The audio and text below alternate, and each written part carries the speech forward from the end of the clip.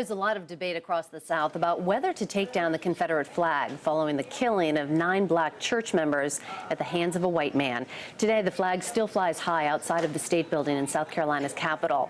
With the help of a friend, activist Bree Newsome took it upon herself to scale that flagpole and pull down the flag over the weekend. She was arrested for civil disobedience, and the flag was raised up the flagpole once again.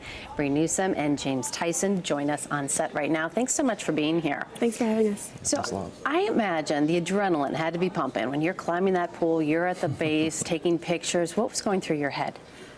Just mainly my objective, which was to come down with that flag. I just felt like it was very important that it be a group of citizens, of people who go up and bring that flag down, even if they put it back up a minute later, just to know that that's how strongly we felt about it. And James, what were you thinking down there on the ground? I was thinking, oh man, where are the cops? Where are the cops? And that's pretty much, I was like, okay, Bree, are you okay? Is everything good? Are you comfortable? How can I help? Where are the cops?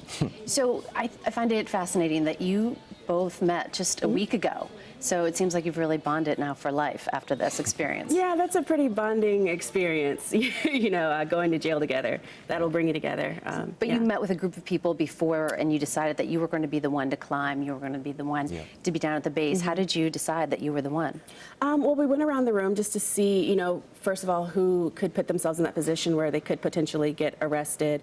It was going to require a couple days of training because I had never climbed before. And so I had, was able to volunteer that time to do it. Bree, when you see the Confederate flag, what does it mean to you? What goes through your head?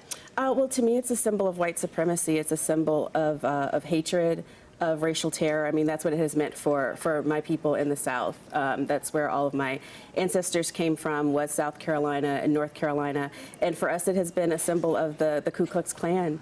Of the Confederacy, of anti-integration. That's what it has symbolized. What do you say to the people that say this is part of our history, we don't want to forget about it? Well, I mean, the thing is, like, if you don't want to forget about the history, there are ways to make sure that we don't. We don't want to forget about the history. It's dangerous to forget about history.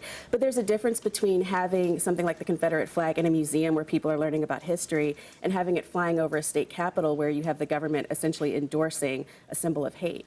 There are so many articles that have been written about you in the last week. This has gotten so big. So many people have been following you on Twitter and social media. A lot of the articles, a lot of the people that have been interviewed, they say, we're not surprised that Bree did this. She's had leadership qualities since she was in high school as class president.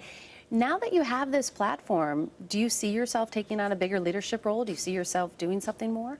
Well, I mean, the thing is, before I took the flag down, after I took the flag down, I'm still doing the same thing, which is I do try to use my platform to really bring awareness to issues that are affecting people in my community.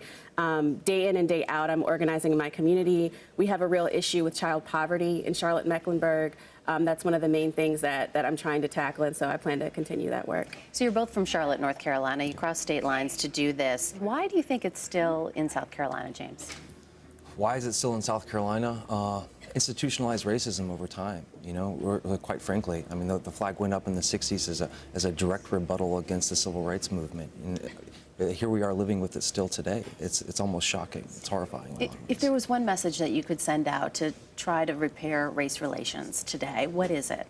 It's got to be exactly like this. It's got to be both sides working together. Not even sides, I will say, because I don't think it's black versus white, right? But we have a certain system that was established where of discrimination, of racism, and it's going to take us having these kind of honest conversations about things like the Confederate flag, about things like racism and segregation in order for us to really change it. I think I know the answer, but you'd do it again? Absolutely, yeah. In a heartbeat, probably? Yeah. All right, James Tyson and Bree Newsome, thank you so much for being here. Really appreciate it. Thank you. Thank you.